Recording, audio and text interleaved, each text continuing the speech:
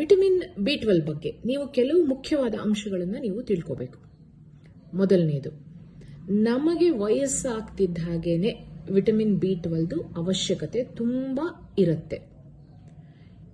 ಎರಡನೇ ಅಂಶ, ನಮಗೆ ವಯಸ್ಸಾಗುತ್ತಿದ್ದ ಹಾಗೇನೆ ವಿಟಮಿನ್ ಬಿ12 ಅನ್ನ ಅಬ್ಸಾರ್ಬ್ ಮಾಡ್ಕೊಳ್ಳೋ ಕೆಪಾಸಿಟಿ, ಹೀರ್ಕೊಳ್ಳುವಂತಹ ಒಂದು ಕಾರ್ಯಕ್ಷಮತೆ ದೇಹದಲ್ಲಿ ಕಡಿಮೆ ಆಗಿರುತ್ತೆ.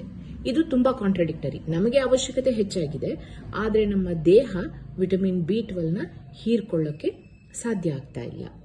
ಇದು ಎರಡನೇ ಅಂಶ. ಮೂರನೆಯದು, ನಮಗೆ ಸಸ್ಯಾಹಾರಿಗಳಿಗೆ ವಿಟಮಿನ್ ಬಿ12 ಸಿಗೋದು ತುಂಬಾ ಕಷ್ಟ. ಯಾಕಂದ್ರೆ ಅದು ಸಸ್ಯಗಳಲ್ಲಿ ನಾವು ಯಾವುದೇ ತರಕಾರಿ ತಿನ್ಲಿ, ಹಣ್ಣು ತಿನ್ಲಿ, ಆ ಬಿ12 ಅನ್ನೋದು ಅದ್ರ ಒಳಗಡೆ ಬೈಂಡ್ ಆಗಿರುತ್ತೆ. ಅಂದ್ರೆ ಅದನ್ನ ಒಂದು ಬೇಕಾದಷ್ಟು ಕೆಲವು ಅದರಲ್ಲಿರೋ ಮಾಲಿಕ್ಯೂಲ್ಗಳು ಅದನ್ನ ಕಟ್ಟಾಕ್ಬಿಟ್ಟಿರುತ್ತೆ. ಈ ಬಂಧನವನ್ನ ಒಡೆದು ಬಿಡಿಸಿ ಬಿ12 ಅನ್ನ ಹೀರ್ಕೊಳ್ಳುವಂತ ಕಾರ್ಯಕ್ಷಮತೆ ದೇಹಕ್ಕೆ ತುಂಬಾ ಕಡಿಮೆ ಇರುತ್ತೆ. ಅದು ನಾವು ವಯಸ್ಸಾದ ಹಾಗೆ ಇನ್ನೂ ಕಮ್ಮಿ ಆಗ್ತಾ ಹೋಗುತ್ತೆ. ಇದು ಮೂರನೆಯದು ಅಂಶ.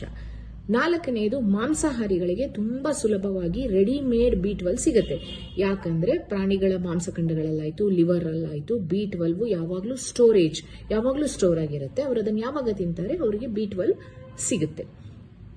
ನಮ್ಮ ದೇಹದಲ್ಲೂ ನೀವು ಯಾವುದೇ ಒಂದು ಬಿ12 ಸಪ್ಲಿಮೆಂಟ್ ತಗೊಳ್ತೀರಾ, ಒಂದು ಮಾತ್ರೆ ತಗೋತೀರಾ, ಕ್ಯಾಪ್ಸೂಲ್ ತಗೋತೀರಾ, ತಗೊಂಡಾಗ ನಿಮ್ಗೆ ಎಷ್ಟು ಬೇಕೋ ಅಷ್ಟನ್ನ ದೇಹ ಉಪಯೋಗಿಸ್ಕೊಂಡು ಮಿಕ್ಕಿದ್ದು ಹೆಚ್ಚಾಗಿರುವಂತಹ ವಿಟಮಿನ್ ಬಿ12 ಲಿವರ್ ಅಲ್ಲಿ ಸ್ಟೋರ್ ಆಗಿರುತ್ತೆ. ಅಂದ್ರೆ ಅಲ್ಲಿ ಸಂಗ್ರಹ ಆಗಿರುತ್ತೆ.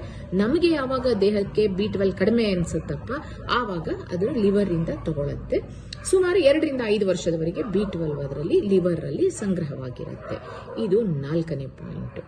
5ನೇದು, ನೀವು ಯಾವುದೇ ಒಂದು ವಿಟಮಿನ್ ಬಿ12 ನಮ್ಮ ದೇಹದೊಳಗಡೆ ಹೀರ್ಕೋಬೇಕಂದ್ರೆ ಅದಕ್ಕೆ ಹೊಟ್ಟೆಯ ಆಸಿಡ್ನ ಅವಶ್ಯಕತೆ ಇರುತ್ತೆ. ನೀವು ಅಸಿಡಿಟಿಗಾದ್ರಾಯ್ತು, ಹೊಟ್ಟೆ ಹುಣ್ಣಗಾಯ್ತು, ನೀವು ಯಾವುದಾದ್ರೂ ಈ ಆಂಟಾಸಿಡ್, ರ್ಯಾಂಟ್ಯಾಕು ಆ ತರ ಈ ಹೊಟ್ಟೆಯಲ್ಲಿ ಬರುವಂತಹ ಆಸಿಡ್ ಅನ್ನ ಕಂಟ್ರೋಲ್ ಮಾಡುವಂತಹ ಔಷಧಿಗಳು ನೀವೇನಾದ್ರು ತಗೋತಾ ಇದ್ರೆ ನಿಮ್ಮ ದೇಹಕ್ಕೆ ಬಿ12 ಅಬ್ಸಾರ್ಪ್ಷನ್ ಆಗಲ್ಲ, ಅಥವಾ ನಿಮ್ಮ ದೇಹದ ಇದು ಆಹಾರದಿಂದ ನಿಮ್ಮ ದೇಹ ಬಿ12 ಅನ್ನ ಹೀರ್ಕೊಳ್ಳೋದಕ್ಕೆ ಸಾಧ್ಯ ಆಗೋದಿಲ್ಲ. ಇದು ಇನ್ನೊಂದು ಪಾಯಿಂಟ್. ಇದಿಷ್ಟು ಪಾಯಿಂಟ್ ನಾವು ಪರಿಗಣಿಸಿದಾಗ ಸಸ್ಯಾಹಾರಿಗಳು ಪ್ರತಿದಿನ ತಪ್ಪಿಸದೆ ಒಂದು ಬಿ ಕಾಂಪ್ಲೆಕ್ಸ್ ಸಪ್ಲಿಮೆಂಟ್ ಯಾವ್ದಾದ್ರೂ ತಗೊಳ್ಳಿ, ನಿಮ್ಮ ಡಾಕ್ಟರ್ಗಳಿಂದ ಬರೆಸ್ಕೊಳ್ಳಿ. ಬಿ ಕಾಂಪ್ಲೆಕ್ಸ್ ಸಪ್ಲಿಮೆಂಟ್ ದಯವಿಟ್ಟು ತಗೊಳ್ಳಿ. ಅದರ ಅವಶ್ಯಕತೆ ನಿಮಗೆ ತುಂಬಾ ಇರುತ್ತೆ. ನಾ ಬರೀ ಆಹಾರದಿಂದ ಬಿ ಕಾಂಪ್ಲೆಕ್ಸ್ ತಗೊಳ್ತೀನಿ ಅಂತ ಅನ್ನುವಂತಹ ಒಂದು ವ್ಯಾಮೋಹಕ್ಕೆ ಬೀಳಬೇಡಿ. ಇದು 3ನೇ ಪಾಯಿಂಟ್. ಆಮೇಲೆ ಇನ್ನೊಂದು, ಕೆಲವು ಆಹಾರಗಳಲ್ಲಿ ಬೇಕಿದ್ರೆ ನಿಮಗೆ ನಿಮ್ಮ ಮನಸ್ಸಿನ ಸ್ಯಾಟಿಸ್ಫ್ಯಾಕ್ಷನ್ಗೆ ಆಹಾರ ವಿಟಮಿನ್ ಬಿ12 ಹೆಚ್ಚಾಗಿರುವಂತಹ ಆಹಾರಗಳು ಯಾವುದಿದೆ ಅಂದ್ರೆ ಹಾಲು, ಮೊಸರು, ಚೀಸು, ಪನೀರು, ಈ ತರ ಹಾಲಿಂದ ಎಲ್ಲ ಪ್ರಾಡಕ್ಟ್ ಅಲ್ಲೂ ಬಿ12 ಇರುತ್ತೆ. ಅದಲ್ದೇನೆ ಈ ಬ್ರಾಕೋಲಿ, ಪಾಲಕ್ ಸೊಪ್ಪು, ಹಣ್ಣುಗಳು, ಸುಮಾರು ಥರದ್ದು ಹಣ್ಣುಗಳು, ಆಮೇಲಿಂದ ಆಲೂಗೆಡ್ಡೆ, ಮಶ್ರೂಮು, ಇದರಲ್ಲೂ ಎಲ್ಲ ಬಿ12 ಇರುತ್ತೆ.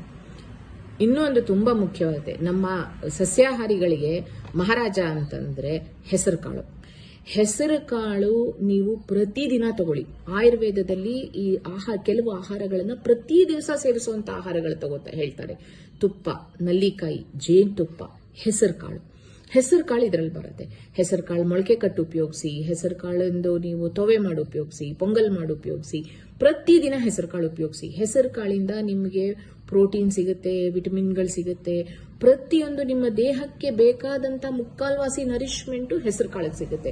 ಅದಕ್ಕೆ ನಾನು ಪ್ರತಿಯೊಬ್ಬ ನನ್ನ ಪೇಷಂಟ್ಗೂ ಹೇಳ್ತೀನಿ, ತಪ್ಪಿಸ್ದಾನೆ ಹೆಸರು ಕಾಳು ತಿನ್ನಿ. ನಿಮಗೆ ವಾತ ಬರೋದಿಲ್ಲ, ಅದರಿಂದ ಸಂಧಿಗಳಲ್ಲಿ ಕೀಲುಗಳಲ್ಲಿ ನೋವು ಬರೋದಿಲ್ಲ. ಅಯ್ಯೋ ನನಗೆ ಕೀಲು ನೋವು ಬರ್ತಿದೆ, ಬೇಳೆ ತಿನ್ಬೇಡ ಅಂತ ಹೇಳಿದ್ರೆ ಹೆಸರು ಕಾಳು ಬಿಟ್ಬಿಡಬೇಡಿ. ದಯವಿಟ್ಟು ಹೆಸರು ಕಾಳು ತಿನ್ನಿ, ಹೆಸರು ಬೇಳೆ ತಿನ್ನಿ. ಅದಕ್ಕೆ ನಾನು ಹೇಳೋದು, ಹೆಸರು ಕಾಳು, ಹೆಸರು ಬೇಳೆ ನಮ್ಮ ಸಸ್ಯಾಹಾರಿಗಳಿಗೆ ಮಹಾರಾಜ ಚಕ್ರವರ್ತಿ ತರ. ಅವನನ್ನ ಪ್ರತಿ ದಿವಸ ನೀವು ಸೇವಿಸ್ತಾನೆ ಇರಬೇಕು.